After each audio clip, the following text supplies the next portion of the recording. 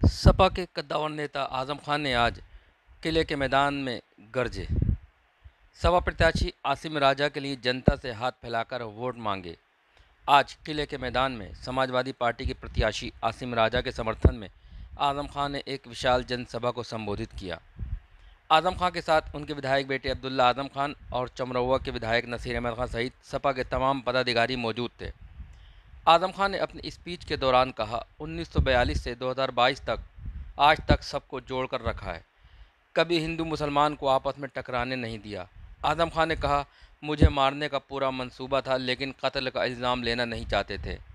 वहीं आजम खान ने कहा, मैंने बाबरी मस्जिद की तहरीक चलाई लेकिन कभी हिंदू देवी देवताओं की शान में कोई तौहीन नहीं की। आजम खान ने जनसभा के आखिर में हाथ फैलाकर सपा प्रत्याशी आसिम राजा के लिए जनता से वोट की अपील की। आजम खान ने कहा, 23 तारीख को सब मेरे भाई बहन माएँ बूथ पर जाएं और आसिम राजा को वोट डालकर विजयी बनाएं। अपने शहर को, अपने जिले को, अपने रिश्तों को उसी तरह जोड़कर रखो जिस तरह 1942 से लेकर 2022 तक आज तक जोड़कर रखा है। यहां कभी हिंदू मुसलमान आपस में नहीं टकराए, यहां कभी आपस में तसादुम नहीं हुआ।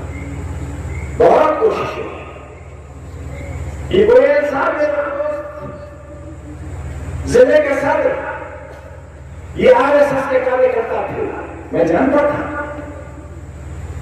एक दिन मैंने इनसे कहा कि यार तुम तो हमारे यार हो, फिर तुम हमारे साथ क्यों नहीं हो?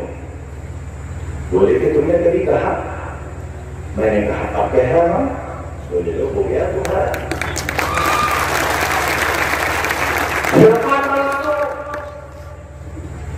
आपस में रहने वालों, ये है हमारे रिश्ते, ये है रिश्ते कि एक हिंदू परिवार इस शहर में ऐसा भी है जिसके मासूम बच्चों ने अभी तक दिवाली नहीं मनाई है, क्योंकि मैं उन बच्चों के साथ दिवाली मनाने जाया करता था।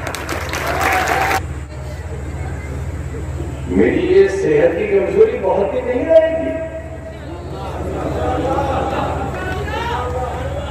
मुझे मारने का पूरा मंसूबा। हाँ, मुझे कत्ल नहीं करना चाहते थे क्योंकि कत्ल का इल्जाम नहीं देना चाहते, लेकिन कोई कसर नहीं रही थी मुझे मारने। मुझे, मेरे बच्चे को, मेरी बीवी को सीतापुर जेल पूरे हिंदुस्तान में सुसाइडल जेल के नाम से जानी जाती है। वहां लोग खुदकुशी बहुत करते हैं, कहीं और भी भेज सकते थे, लेकिन तीनों को सीतापुर भेजा। ये जो इन तीनों में सबसे कमजोर होगा वो पहले अपनी जान देगा, और जब वो जान देगा तो उसके लिए दूसरा जान देगा, और जब 2 जान दे चुके होंगे तो तीसरा जान देगा, और 3 जनाजे सीतापुर जेल से बाहर। ये था मंसूबा। क्या आपको इसका एहसास नहीं है?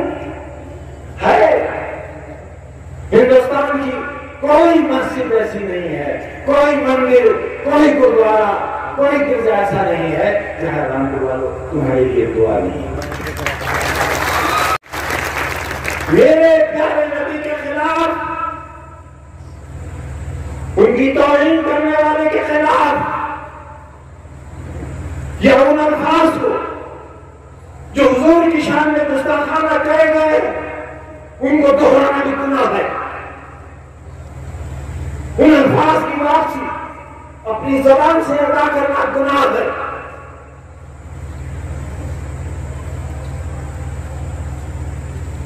क्या हमारा ईमान हट गया? हमारा अकीदा अपने अल्लाह से हट गया? वो हिफाजत करेगा, अपनी किताब की हिफाजत वो करेगा, अपने नबी की आबरू की हिफाजत वो करेगा जो सातवें आसमान पर रहता है। कहीं इश्तेहार में आने की जरूरत नहीं है। तुम्हारा दुश्मन इंतजार में बैठा है, उसके मंसूबे में मत फंस जाना, उसकी साजिश का शिकार मत हो जाना। मैं तमाम हिंदुस्तान के लोगों से अपील करता हूं, अमन की, अमन बहाली की, मोहब्बत की।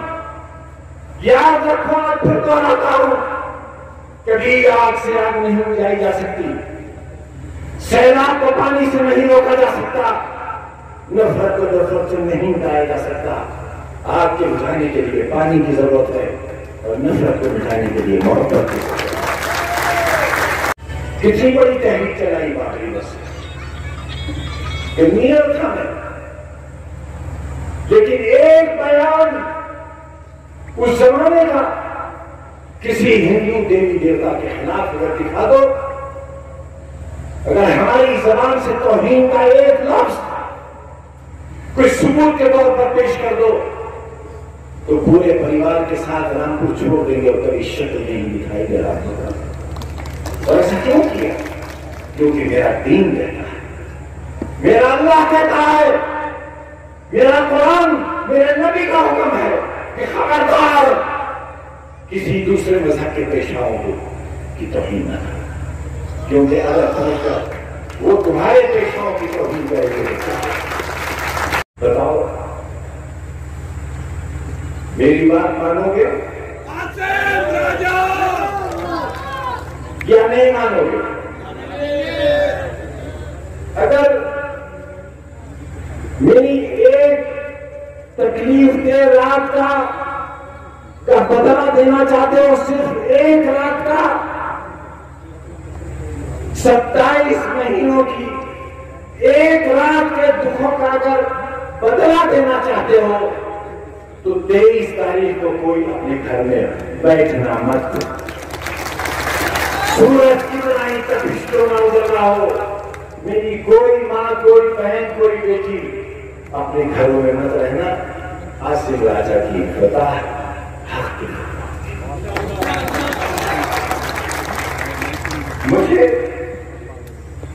मुझे शर्मिंदा मत कर देना, मेरे मुंह पर कागज न लगा देना, मेरी जिंदगी को मुख्तसर मत कर देना। कहीं ऐसा ना हो ये सरमा मेरे लिए ज्यादा करना हो जाए। इसलिए मैं आसिफ राजा के लिए वोट मांगने के लिए हाथ फैलाने आया।